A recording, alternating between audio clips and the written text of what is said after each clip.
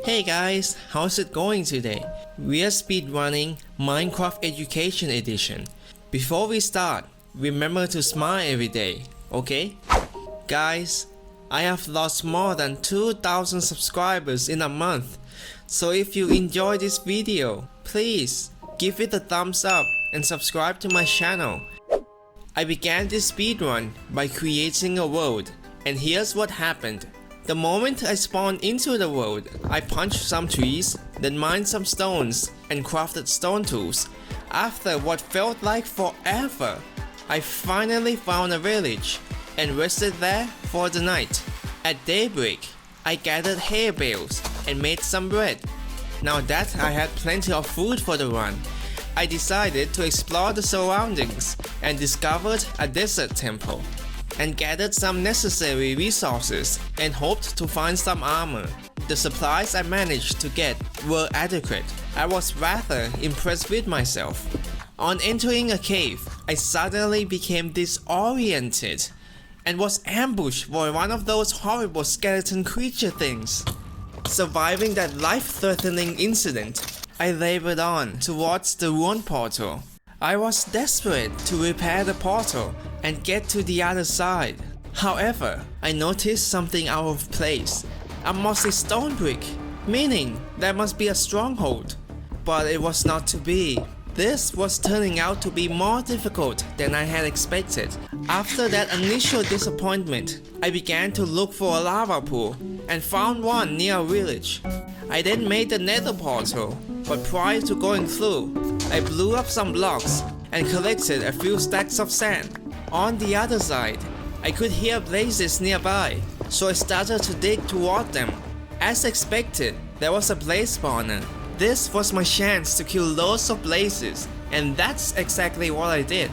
I made sure to collect the fallen blaze rods in order to create Eyes of Enders. Retreating from the fortress and heading back to the overworld, I went to the blacksmith. Fortunately for me, there was an abandoned chest that had a full set of iron armor in it. This was a good opportunity to get rid of this inferior gold armor and put on this superior suit of iron. Now I was equipped to continue my journey, and that was to get ender pearls. After an exhausting 2 hours of cutting down trees, tired as I was and in pain from my red raw blisters, swollen and bloodied palms, I endured on. The pain was so much I could barely hold my axe. After cutting what I thought was enough, I made an initial trade but could only get 12 ender pearls.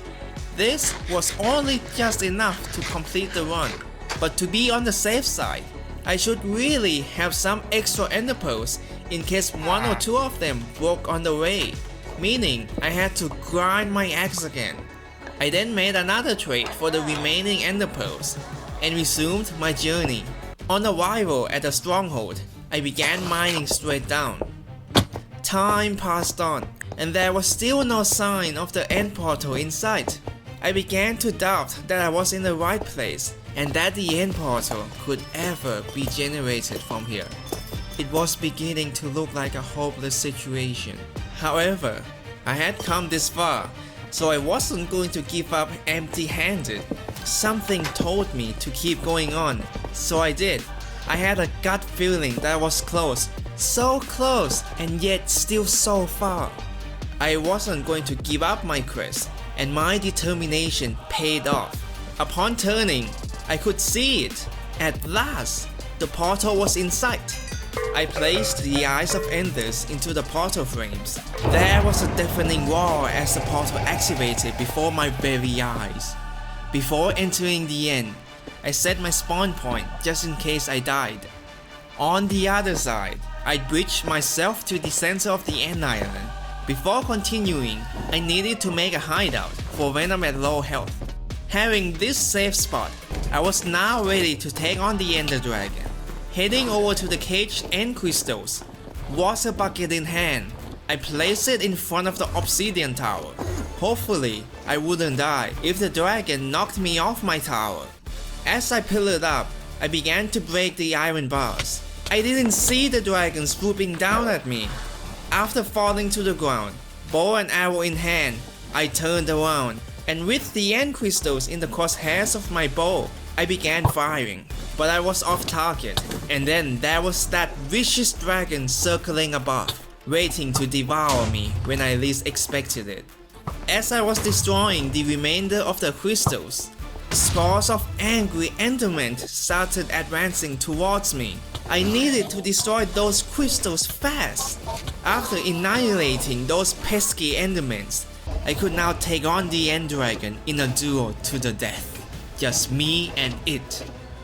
With all the strength I could muster, I began hacking away at the dragon's head until victory was mine.